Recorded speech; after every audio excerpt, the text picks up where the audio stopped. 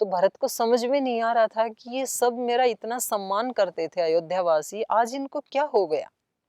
ये मेरी तरफ इतनी ऐसी दृष्टि से क्यों देख रहे हैं, हे दृष्टि से क्यों देख रहे हैं मेरे को? उनको समझ में नहीं आ रहा था।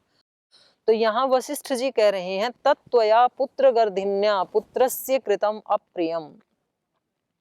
पुत्र की भलाई के लालच में आकर के तूने अपने पुत्र का अप्रिय कर दिया है, नुकसान कर दिया है। अज्ञान के कारण जिसको हम, लालच के कारण जिसको हम अपना भला समझते हैं, वो वास्तव में हमारा बुरा हो जाता है। हमें समझ में नहीं आता भलाई किसमें। अब राणा जी को आपके जो संबंधी हैं वो सोचते होंगे कि इनकी पढ़ाई क्या काम आई, इन्होंने इतनी पढ़ाई लिखाई की, इतनी उनके पास शिक्षा है, जाके हिमालय में बैठ गई। वहाँ कोई दो पैसे का तो व्यापार नहीं है, कोई कमाई नहीं है, क्यों बैठे हैं ये वहाँ पर? और हमारी तरह से देखो, ये इतना यहाँ पर बिजनेस व्यापार करते तो कितने आगे बढ़ जाते, कितने लोग जानते, वहाँ हिमालय में कौन जानेगा इनको? लेकिन वो तो उस व्यक्ति से पूछो जो यहाँ रह रहा है। महात्मा बुद्ध से, जब महात्मा बुद्ध को जंगल में जाने लगे तो उनके सारथी छोड़ने के लिए गई जंगल में। बूढ़े सारथी थे, उनके पुराने ड्राइवर थे, रथ के चलाने वाले सारथी। तो जब महात्मा बुद्ध को नीचे उतारा जंगल में तो उनकी आंखों में आंसू आ गए। उन्होंने कहा कि महात्मा बुद्ध, ये आपको हो क्या गया? आप अभी भी एक बार विचार कर लो, आप गलत करने जा रहे हैं। मैंने सब गरीबी देखी है, दुनिया के लोग राज के लिए, राजगद्दी के लिए कितने प्रयास करते हैं, और आपने तो कोई पिछले जन्मों में पुण्य कर्म किए होंगे। यहाँ देखो, महल में आपको चक्रवर्ती सम्राट बनने का चांस है, पिता के बाद आपका ये सारा। इतनी सुंदर पत्नी है आपकी यशोधरा, जो आपका अनुसरण करती है। इतना सुंदर पुत्र है राहुल, अभी अभी तो पैदा हुआ। इतने सज्जन व्यक्ति आपके पिता हैं, शुद्धोधन। इन सब स्वर्ग को छोड़ के आप कौन से स्वर्ग की खोज में जा रहे हैं, कौन से सुख की खोज में जा रहे हैं? कहीं कुछ नहीं रखा है, अभी भी लौट चलो। लेकिन महात्मा बुद्ध को वो बात समझ में आ चुकी थी। उन्होंने कहा कि आप जिन सुखों की बात कर रहे हैं, ये ऐसे ही अस्थाई हैं जैसे रात का अंधकार अस्थाई होता है और दिन का प्रकाश अस्थाई होता है, वो चला जाता है थोड़ी देर के बाद। तो मुझे समझ में आ गया कि मुझे क्या चाहिए। तो ये बातें किसी किसी को समझ में आती हैं, तो कई कई को समझ में नहीं आई ये बातें। तो इसलिए वो लालच में आकर के अपने पुत्र का भला करना चाहती है, लेकिन इनडायरेक्ट रूप से वो अपने पुत्र का अत्यंत बुरा कर रही है, अप्रिय कर रही है। हमें भी कई बार समझ में नहीं आता है, क्योंकि जीवन में सब कुछ धन से ही नहीं मिलता है। धन बहुत बड़ी शक्ति है, लेकिन सब कुछ नहीं है। धन बहुत कुछ तो है, लेकिन सब कुछ नहीं है। श्री राम को ये बात समझ में आ गई। श्री राम चाहते तो अपने पिता को जेल में डाल करके खुद राजा बन सकते थे, सारी प्रजा उनके साथ थी। और खुद यहाँ पर रामायण में महाराजा दशरथ ने कहा श्री राम से कि बेटा, मैं तो इसके वचनों में बंधा हुआ हूँ, लेकिन तुम्हारे पास राइट है, तुम मुझे जेल में डाल के राजा बन जाओ। मैं भी यही चाहता हूँ कि तुम राजा बनो। महर्षि वशिष्ठ ने भी कहा, लेकिन श्री राम कहते हैं कि नहीं, मेरे लिए मेरे परिवार के संबंध, यदि मेरी कैकेयी माँ ये चाहती है कि मैं वन में जाऊं तो मैं वन में जाऊंगा। मुझे अपने परिवार के संबंधों को सर्वोपरि रखना है। उनको समझ में आ रहा है कि मैं जंगल में जाऊंगा तो कितनी तपस्या करूंगा, कितने ऋषियों से मिलूंगा, कितने असुरों का नाश करूंगा, कितने राक्षसों को मारूंगा, कितना मानवता की भलाई होगी। और उनको ये भी पता है कि मेरा भाई भरत मेरे साथ कभी भी ऐसा दुर्व्यवहार नहीं करेगा। तो ये कह रहे हैं, लोके ही स न विद्यते यो न रामम अनुव्रत। महर्षि वशिष्ठ का कैकेयी को कह रहे हैं कि इस लोक में ऐसा कौन व्यक्ति है जो श्री राम का अनुसरण नहीं करेगा। अर्थात तुम्हारा पुत्र भी राम का ही अनुसरण करने वाला है। जिस पुत्र के लिए तुम ये राज्य मांग रही हो, वो तो इस राज्य को भोगेगा ही नहीं। तो तुम्हारा ये सारा करना सब बेकार व्यर्थ जाने वाला है, क्योंकि मैं उसका गुरु हूँ और मैं उसको जानता हूँ। और इस लोक में ऐसा कौन व्यक्ति होगा, अर्थात कोई भी ऐसा व्यक्ति नहीं है जो श्री राम का अनुसरण ना करे, क्योंकि वो हैं ही ऐसे, उनका चरित्र है ही ऐसा श्री राम का। और आगे उसको कह रहे हैं कि कैकेयी तू देखना, आज जब श्री राम यहाँ से जाएंगे तो तू इस नगरी की एक झलक देखना। द्रक्ष्यस्यद्येव कैकेयी पशु व्याल मृग द्विजान गच्छत स रामेण पादपांश्च तदुन्मुखान। कह रहे हैं तू आज ही देख लेना। मनुष्यों की तो बात ही छोड़, तू भरत शत्रुघ्न की तो बात ही छोड़, वो तो बिल्कुल श्री राम के पीछे आएंगे। इसके साथ साथ मनुष्यों के साथ साथ तू आज देखना, जब श्री राम जाएंगे तो पशु व्याल मृग द्विजान, पशु भी उनके पीछे पीछे चलेंगे जब वो वन को जाएंगे। व्याल सर्प, मृग पक्षी, सब पशु पक्षी मृग जंगली पक्षी पालतू पशु पक्षी सब श्री राम का अनुसरण करेंगे। गच्छतः सह रामेण, राम को जाता हुआ देख करके उनके साथ जाएंगे। और पादपांश्च तद उन्मुखान, और यहाँ तक कि जो वृक्ष हैं वो चल तो नहीं सकते हैं, पर वो जिधर जाएंगे श्री राम उधर ही वो झुक करके उनका अभिवादन करेंगे। तो पेड़ पौधे भी उनका अनुसरण करना चाहते हैं, मनुष्यों की तो बात ही छोड़। तो अभी भी तेरे पास चांस है, अभी भी तू समझ जा, लेकिन उसको समझ में नहीं आया। अथोत्तमानि आभरणानि देवी देहि स्नुषायै व्यपनीय चीरम। और कह रहे हैं कि खबरदार है जो आपने सीता माता को ये वलकल वस्त्र दिया तो। उत्तमानि आभरणानि देहि, जो ये हमारे कुल की पुत्र वधू है माता सीता, इसको तो आप अच्छे अच्छे उत्तम कोटि के आभूषण दे दो। न चीरम अस्या प्रतिविधीयता विधीयते इति, इसको चीर नहीं देना, इनको वलकल वस्त्र नहीं देना है, क्योंकि ये इस कुल की सबसे बड़ी पुत्र वधू हैं, कुल वधू हैं ये। न वारयत तद वसनम वसिष्ठः, तो इसलिए उनको वो कपड़े नहीं देना, वलकल वस्त्र नहीं देना। ऐसा कह करके महर्षि वशिष्ठ ने सीता माता को वलकल वस्त्र देने से बिल्कुल मना कर दिया, और बल्कि कहा कि ये हमारी कुल की गौरव हैं, इनको आप आभरण दें। और यहाँ पर ये बात भी देखने योग्य है कि ये इतना सब हो रहा है, लेकिन माता कौशल्या एक शब्द भी बीच में नहीं बोल रही हैं, वो भी तो बोल ही सकती थी। तो ये कुलीन महिलाओं की पहचान होती है कि जब बड़े किसी बात को कर रहे होते हैं तो बीच में वो उसमें दखल अंदाजी नहीं देती हैं। तो जब वशिष्ठ हैं वहां पर, महाराजा दशरथ हैं, तो उनको बोलने की कोई आवश्यकता नहीं है, इसलिए एक शब्द भी बीच में माता कौशल्या का नहीं आया। एकस्य रामस्य वने निवास त्वया वृत्तः केकयराजपुत्री विभूषितेयं प्रतिकर्म नित्या वत्स्व अरण्ये सह राघवेन। कह रहे हैं आप कैसे इतना विवेक खो सकती हैं, कैकेयी राजपुत्री, महाराजा कैकेयी की पुत्री कैकेयी, तुम इतनी ज्यादा विवेकहीन कैसे हो गई हो, क्योंकि आपने तो एकस्य रामस्य वने निवासः त्वया वृत्तः, आपने तो केवल एक राम के लिए ही तो वनवास मांगा था, आपने तो सीता और लक्ष्मण के लिए मांगा ही नहीं था। तो आप इतनी क्रूर, इतनी निर्दयी आप कैसे हो सकती हैं।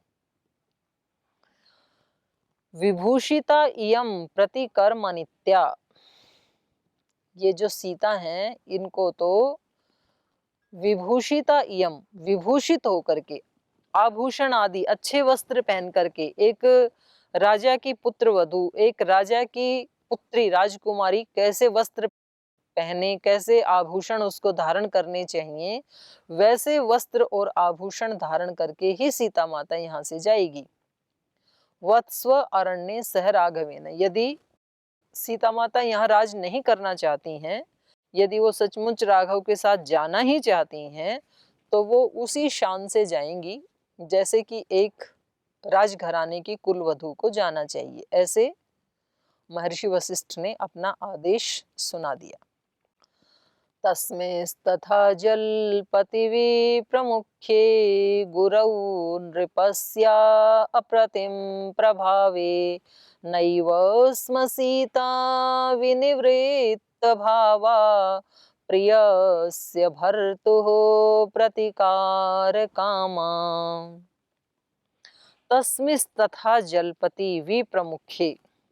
तो इस प्रकार से जब महर्षि वशिष्ठ बोल रहे थे उन सब के सामने, क्योंकि सब लोग वहां बैठे हुए हैं, गुरु नृपस्य, राजा के भी वो गुरु हैं, महाराजा दशरथ के भी गुरु हैं, अप्रतिम प्रभावे, और उनका अप्रतिम प्रभाव है, माने बहुत बड़ा प्रभाव है वशिष्ठ का उस समय धरती के ऊपर।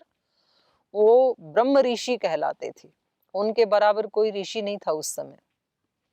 तो ऐसे जो अप्रतिम प्रभाव वाले राजा के भी जो गुरु हैं, उनके ऐसे कहे जाने पर नैव स्म सीता विनिवृत्त भावा, जब उन्होंने कहा कि सीता माता वन में नहीं जाएगी, वो वस्त्र आभूषण पहन के ही जाएगी, तो सीता माता ने हाथ जोड़ करके सिर झुका करके उनके इस प्रस्ताव को मना कर दिया कि ना तो मैं राज सिंहासन पर बैठूंगी गुरुदेव, और ना ही मैं वस्त्र आभूषण धारण करूंगी, क्योंकि जब मेरे पति वल्कल वस्त्र धारण करके वनों में तपस्या करने जा रहे हैं तो मैं राजसी वस्त्र कैसे पहन सकती हूँ, क्योंकि वन में वनवासियों का अनुसरण करते हुए मुझे भी वैसे ही साधारण वस्त्र ही पहनने चाहिए।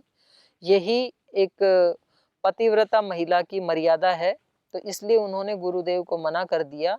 प्रियस्य भर्तुः प्रतिकार कामा, अपने पति का हित करने वाली माता सीता, उन्होंने गुरुदेव के इस प्रस्ताव को विनय पूर्वक मना कर दिया, वापस कर दिया कि मैं ऐसा नहीं करूंगी, मैं भी ऐसे ही साधारण वस्त्रों में ही जाऊंगी और मैं राज्य सिंहासन को भी स्वीकार नहीं करूंगी। तो यहाँ ये 31 सर्ग समाप्त होता है। अगले सर्ग में उनको वन में जाने की आज्ञा मिल जाती है तीनों को, और वो वन में जाते हैं। ये 22 सर्ग में अब हम यहाँ पर पढ़ेंगे। तस्यां चिरं वसानायां नाथवत्यामनाथवत्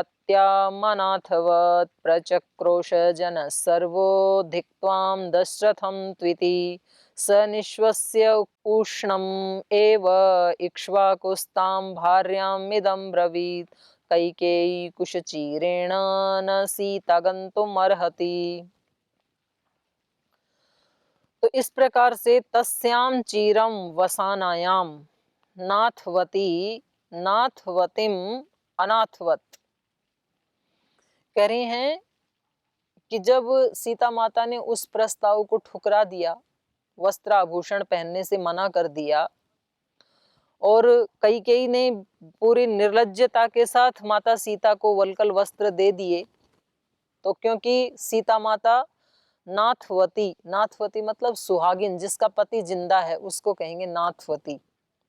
अनाथवत, जैसे किसी अनाथ को दे दिए जाते हैं वल्कल वस्त्र, इस तरह से जब उसको वल्कल वस्त्र दे दिए गए, एक सुहागिन को एक विधवा की तरह से ऐसे वनवासियों के वस्त्र जब माता कैकेयी ने दे दिए, तो जनः सर्वो प्रचुक्रोशः, तो वहां पर जो जन समूह था वो सब बहुत जोर से चिल्लाने लगा। उन्होंने कहा धिक त्वाम दशरथम तु इति, कैकेयी को नहीं धिक्कारा उन्होंने, दशरथ को धिक्कारा। उन्होंने कहा महाराजा दशरथ तुम्हें धिक्कार है, माने तुम अब इसको कैकेयी को इतना ज्यादा आगे बढ़ने का अधिकार दे रहे हैं, आपको धिक्कार है। क्योंकि चलो महाराजा दशरथ की आज्ञा से श्री राम को वनवास दे दिया था तो कोई बात नहीं, श्री राम भले ही वल्कल वस्त्र पहन करके वन में जाएं, लेकिन उनके साथ कुल वधू को भी भरी सभा में वल्कल वस्त्र दिया जा रहा है, सनाथ होती हुई, सधवा होती हुई, उसका पति जिंदा है अभी, और ऐसे सुहागिन महिला को भी वल्कल वस्त्र दे करके विदा कर रही हैं। तो उन्होंने कहा महाराजा दशरथ आपको धिक्कार है। सब महाराजा दशरथ को धिक्कारने लगे। तो ऐसे होता है कि जब कोई एक व्यक्ति घर में, परिवार में, संस्थान में त्रुटि करता है तो उसके साथ जितने भी लोग जुड़े हुए हैं उन सब को उसका फल भुगतना पड़ता है। एक कैकेयी के अविवेक के कारण पूरा घर तबाह हो गया, पूरे घर के लोगों को कष्ट मिल गया, और एक छोटी सी ही बात थी, कोई बड़ा अपराध भी नहीं था। तो महाराजा दशरथ क्या करते उस समय, स निस्वस्य उष्णम इक्ष्वाकु ताम भार्याम इदम अब्रवीत। उन्होंने केवल लंबी सांस ली महाराजा दशरथ ने, और उन्होंने अपनी पत्नी कैकेयी को ये वचन कहे, कैकेयी कुशचिरेण न सीता गंतुम अर्हति। कैकेयी, मैं तेरे आगे हाथ जोड़ता हूँ, तो कम से कम सीता को तो ये वल्कल वस्त्र मत दे, इनको तो ये कुश चीर धारण मत करवा तू। रामेण यदि ते पापे किंचित कृतम अशोभनम अपकारक इह ते वैदेह्यादर्शितो धमे इतीव राजा विलपन् महात्मा शोकस्य नान्तं सददर्श किंचित भृशातुरत्वाच्च पपात भूमौ तेनैव पुत्र व्यसने निमग्नः। महाराजा दशरथ ने कहा, रामेण यदि ते पापम किंचित कृतम अशोभनम। चलो मैं मान लेता हूँ श्री राम तो बचपन से अब तक आपके साथ रहे हैं, यद्यपि श्री राम ने भी आज तक ऐसा कोई कर्म नहीं किया। बड़े घर के लोगों की तो बात ही छोड़ो, उन्होंने तो कभी अपने से छोटे व्यक्तियों के साथ भी कभी दुर्व्यवहार नहीं किया। उन्होंने कभी प्रजा के भी किसी व्यक्ति को कभी नहीं सताया। वो तो इतने महान व्यक्ति हैं। पर चलो मैं मानता हूँ, हो सकता है कि कभी ना कभी उनसे कोई भूल हो गई हो, उन्होंने कभी आपका कुछ बुरा कर दिया हो। रामेण यदि ते पापे किंचित कृतम अशोभनम अपकारक इह ते वैदेह्या। लेकिन ये तो अभी अभी शादी करके आई है सीता माता तो, और ये कौशल्या की जितनी ही सेवा तुम्हारी भी करती है, इतना ही तुम्हें सम्मान भी देती है, माँ के समान ही। तो इसने, सीता माता ने ऐसा तुम्हारा कौन सा अपकार किया जिसके कारण तुम इसे वन में भेजना चाह रही हो। ऐसा कहकर के इतीव राजा विलपन महात्मा, ऐसा कहकर के विलाप करते हुए महाराजा दशरथ शोकस्य नान्तः सददर्श किंचित, उन्होंने देखा इस शोक का कोई अंत नहीं है। महाराजा दशरथ को लगा कि अब, क्योंकि कई तो सुनती नहीं है, और इनके बिना पूरे परिवार जा रहा है, जिसका राम जैसा बेटा, लक्ष्मण जैसा बेटा, सीता जैसी पुत्र वधू छोड़ करके जा रहे हैं राज को, क्या बीती होगी। और सारे लोग, पूरी अयोध्या के लोग इकट्ठे होकर के उसको धिक्कार रहे हैं महाराजा दशरथ को, तो क्या बीती होगी उसके ऊपर।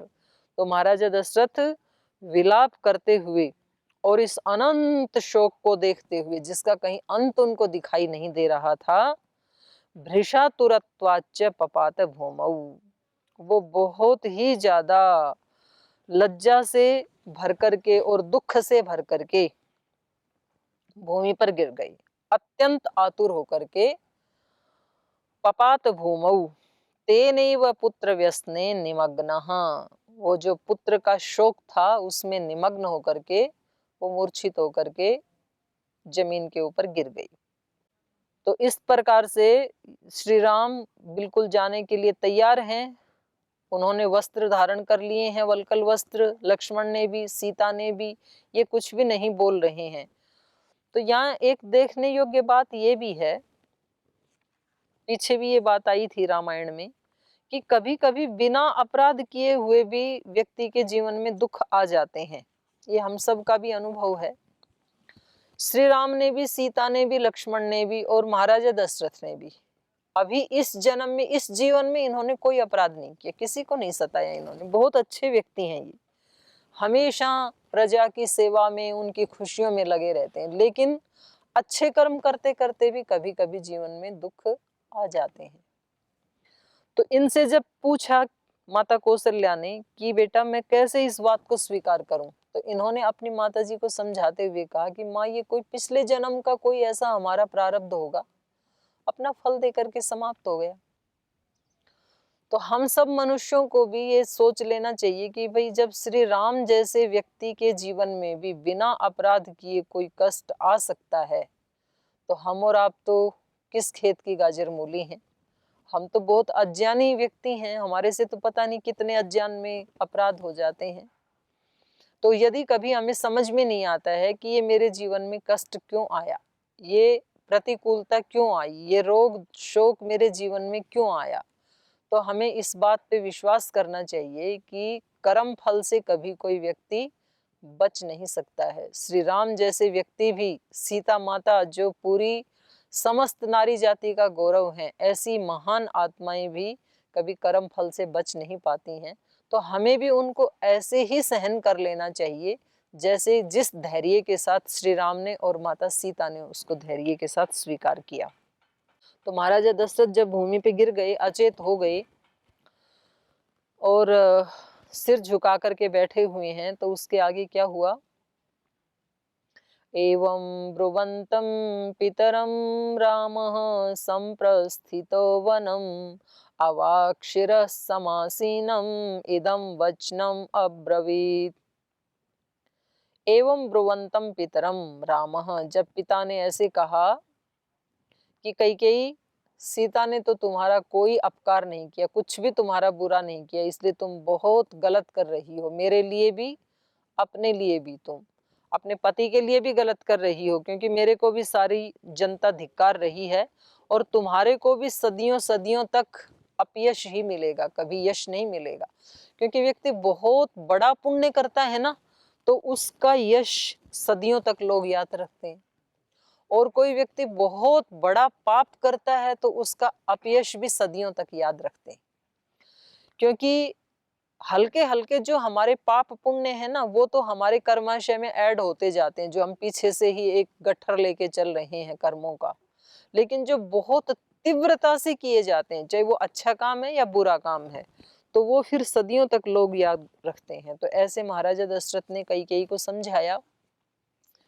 तो एवं ब्रुवंतम पितरम रामः, श्री राम ने अपने पिता को ऐसे कहते हुए और संप्रस्थितो वनम, वन में जाने के लिए जो तैयार हैं, अपने पिता को ऐसे कहते हुए अवाक्षिर समासीनम इदम वचनम अब्रवीत, सिर झुकाकर बैठे हुए हैं, अचेत हो गए हैं और बहुत ही लज्जित हैं, ऐसे अपने पिता को श्री राम ने कहा। इयं धार्मिकः कौसल्या मम माता यशस्विनी मया विहीनां वरद प्रपन्नां शोक सागरम। तो अब अंतिम समय जाते हुए महाराजा दशरथ को एक ही बात कह रहे हैं श्री राम। कह रहे हैं, महाराज आपकी आज्ञा के अनुसार और माता कैकेयी की आज्ञा के अनुसार हम वन में जा रहे हैं, प्रस्थान कर रहे हैं, लेकिन इयम धार्मिक कौशल्या मम माता यशस्विनी, ये जो मेरी माता जी बैठी हैं यशस्विनी कौशल्या माता, बहुत धार्मिक महिला हैं ये कितने फक्र की बात है। कोई पुत्र, वैसे तो सभी पुत्र अपनी माँ के ऊपर इतना ही फक्र करते हैं, सभी को अपनी माँ अच्छी ही लगती है, लेकिन यहाँ वास्तव में ही जब से ये इतना बड़ा उपद्रव चल रहा है घर में, रामायण में कहीं भी एक शब्द भी नहीं आता माता कौशल्या ने कोई प्रतिकार किया हो या झगड़ा किया हो, ऐसा कुछ भी नहीं किया। वो चुपचाप, क्योंकि महाराजा दशरथ उनके पति भी हैं और राजा भी हैं, तो राजा की बात को स्वीकार करना और पति की बात को स्वीकार करना, ये हम सबका परम धर्म होता है। तो उसका बखूबी निर्वहन करना, ये माता कौशल्या के जीवन में देखा जा रहा है। और कहते हैं कि जैसी माँ होती है, माता पिता होते हैं, और माता पिता दोनों में भी माँ के संस्कार बच्चों में ज़्यादा आते हैं। तो जिसकी माँ बहुत सहनशील होती है, क्षमाशील होती है, श्रद्धालु होती है, उनके बच्चों में जरूर वैसे संस्कार आते हैं। तो श्री राम, यदि श्री राम बने, इतने महान बने, ऐसी प्रतिकूल परिस्थिति में भी वो इतने धैर्य से काम ले रहे हैं, तो इसके पीछे उनकी माता के दिए हुए संस्कार भी हैं, क्योंकि उनकी माता बड़ी धार्मिक है, माता कौशल्या। तो श्री राम जाते हुए अपने पिता को माता का कार्यभार संभलाते हुए कह रहे हैं, इयम धार्मिक कौशल्या मम माता यशस्विनी। हे महाराज, ये मेरी माता कौशल्या बड़ी यशस्विनी है, बहुत धार्मिक है। मया विहीना वरदम प्रपन्नाम शोक सागरम, और अब ये मेरे से हीन होकर के, क्योंकि मैं वन में जा रहा हूँ और मैं अकेला नहीं जा रहा, सीता भी साथ में जा रही है और लक्ष्मण भी जा रहे हैं। तो ये एक तरह से शोक के सागर में डूब जा रही हैं। तो आप कृपा करके इनका ध्यान रखना, क्योंकि आप तो वरदः, आप तो वरदान देने में माहिर हैं। तो जैसे आपने माता कैकेयी को वरदान दिया था, तो इसलिए आप मेरी माता को भी, हे वरद, शोक सागरम प्रपन्ना मया विहीनाम, माता कौशल्या को, जो मेरे से हीन हो गई हैं, शोक सागर में डूब गई हैं, आप इनका सम्मान करना, इनका ख्याल रखना। अदृष्ट पूर्व व्यसनाम भूय सम्मन्नन्तु अर्हसि, पुत्र शोकम यथा न इच्छे त्वया पूज्येन पूजिता। अदृष्ट पूर्व व्यसनाम, देखो यहाँ आकर के श्री राम ने थोड़ा सा खुलासा किया है। वो कह रहे हैं मेरी माता जी कैसे रही हैं पहले।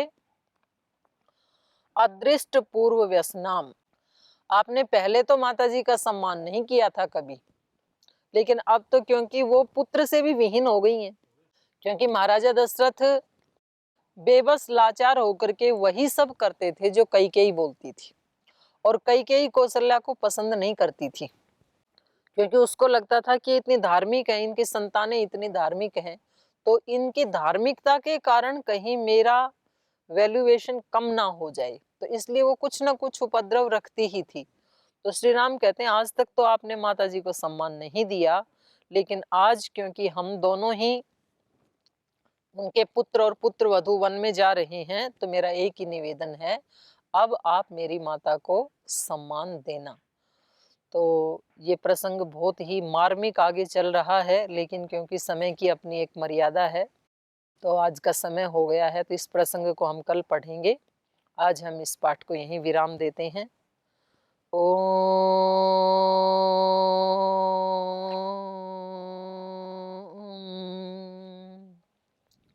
शांति शांति शांति। श्री गुरुभ्यो नमः।